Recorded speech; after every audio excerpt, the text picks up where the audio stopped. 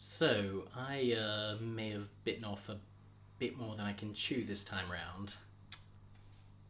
Jurassic World, junior novel, written by David Lumen.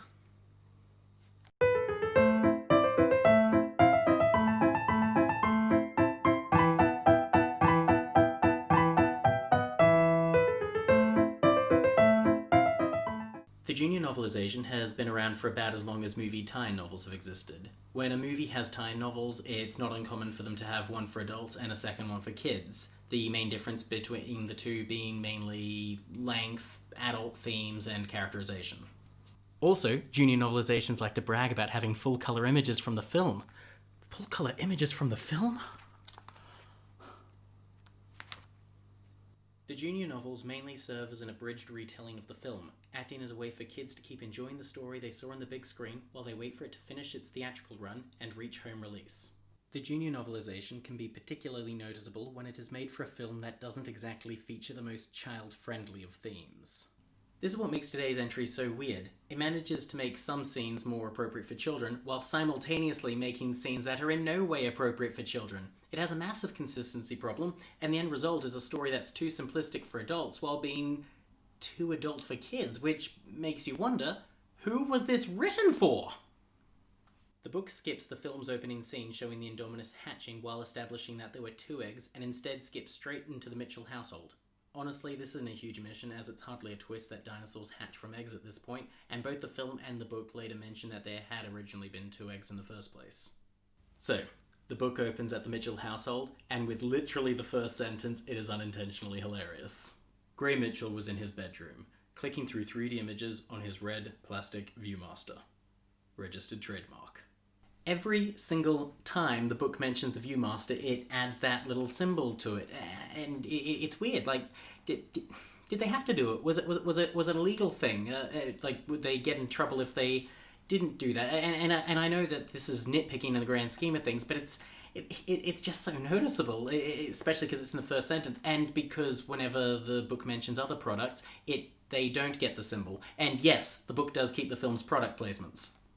The only other thing of note from the opening is that it removes all references to the parents' imminent divorce. This doesn't really change anything, showing how unimportant that entire subplot was in the film, aside from possibly referencing the divorce from the original Jurassic Park film.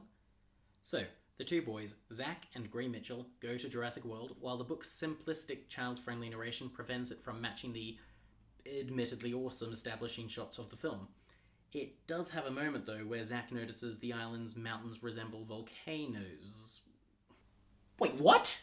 Are you telling me that the island being a volcano was planned from the very beginning? Seriously?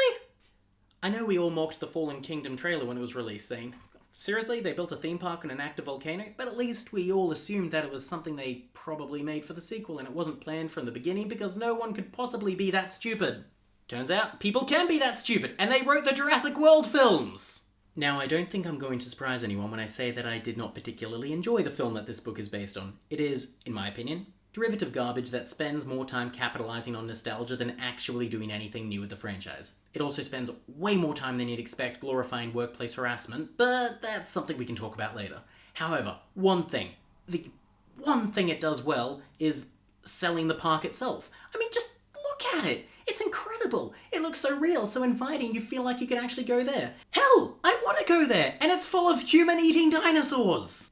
Unfortunately, like I said, the uncomplicated language of the book just doesn't capture the sense of awe that the film gives you when you first see the park. What a view! The park was beautiful and exciting. Everything Gray had hoped it would be. From their balcony he could see the lagoon, the visitors center, Main Street, everything. But the dinosaurs. It's not exactly the most awe-inspiring of descriptions, isn't it? Like, I know this is meant for kids, but you know what? So was The Hobbit, and no one ever accused Tolkien of half-assing his descriptions. They wouldn't dare. And I know this is an odd thing to, just keep focusing on, but they didn't even try to make this exciting. They just didn't even try.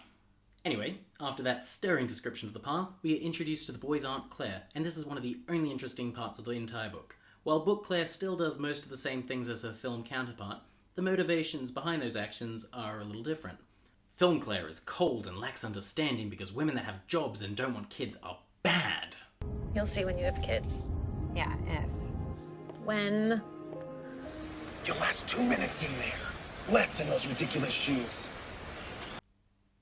I mean, this film really hates women.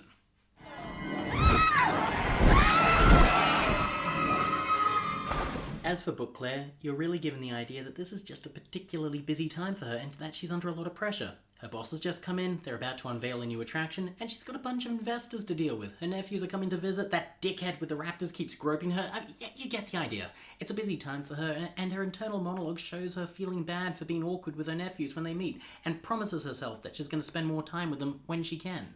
These scenes also cut parts where Claire shows extreme apathy towards the dinosaurs, which are there to teach the audience that if a woman isn't warm and nurturing at all times, she is a bad woman, and that it is okay to mock her.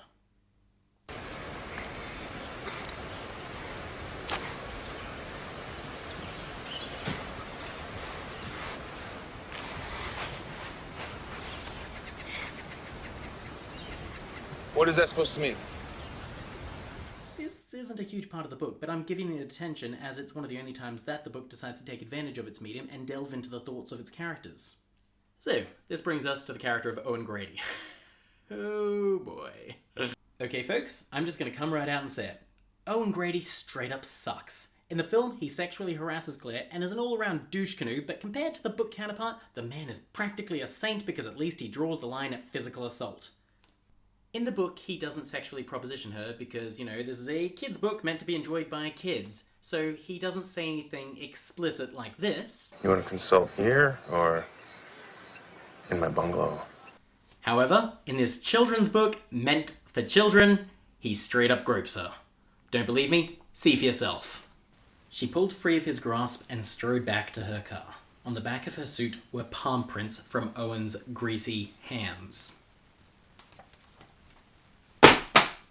Wow! I mean, just wow! And this isn't limited to one scene. In the book, he's constantly touching her and making unwanted advances on her. How bad is it? Well, it's so bad they decided to add an extra bonus scene to the book where he tackles her to the ground and covers her in manure. This book, which cut everything from the film that wasn't strictly necessary, added a scene where he tackles her to the ground and showers her with manure.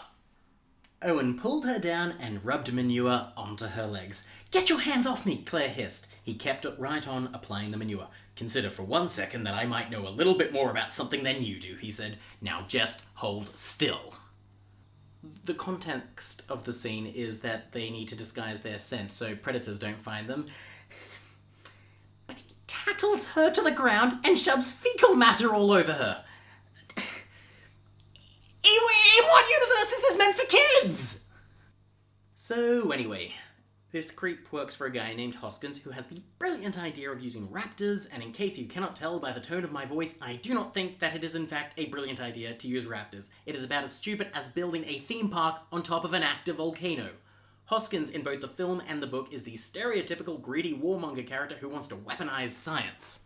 If this sounds like an incredibly familiar character type, then congratulations, you have seen more films than the writers of Jurassic World. While in the film he has next to no depth, the book makes him even more two-dimensional by removing his genuine love of fierce animals.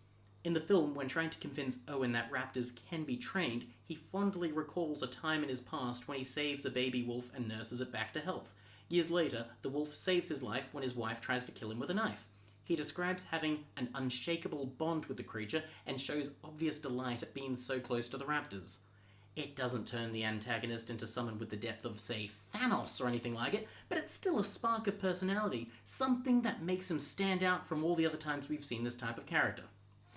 The book just cuts that out entirely and makes Hoskins a stereotypical bad guy. So anyway, minus the cutscenes, the book faithfully, if dispassionately, follows the events of the film. Brothers run away from Claire's assistant, evil hybrid dinosaur escapes, the boys see a video of Jimmy Fallon, with the book describing him as a funny little man. One of those words is incorrect. Claire asks Owen to help find the boys, dinosaurs get loose and eat people, boys reunite with Claire, raptors are sent to hunt the Indominus. Hoskins is killed. Owen and the one surviving raptor kill the Indominus with the help of the Tyrannosaurus Rex and Mosasaurus. Everyone goes home. And if you're wondering why I'm not elaborating on these events, well, the book couldn't be bothered to make the effort, so neither shall I. The book spends about as much time on these events as the film's script probably did. However, while a film's script can have a single line of text describing an event that may take minutes on screen, this approach just doesn't work with prose, and as a result, the book feels beyond rushed. However, the book somehow finds the time to invoke what I like to call the Troy Bolton effect, by having the narration constantly heap praise upon the character of Owen Grady, stating how awesome he is, how amazing he is, without actually offering any supporting evidence. For example, Gray is talking to Owen and asks him who the Raptor's alpha is. Owen responds, "You're talking to him, kid." Gray immediately thinks Owen is awesome. Those are the words. Owen is awesome. Keep in mind that at this point the kid's only experience with the guy is seeing him get saved from dinosaurs by somebody else. He hasn't had any reason to think he's awesome, and yet the narration is clearly crushing on this tool. I really dislike the term Mary Sue, but if it was ever going to be applied to a character, this is the kind of character you would apply it to.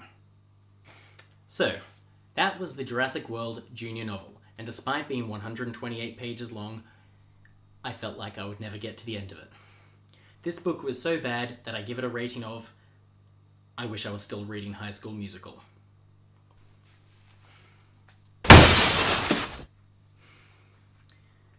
The thing that offends me the most about this book is just the lack of effort put into it. If you're not going to put any effort into the book that you write, why write at all?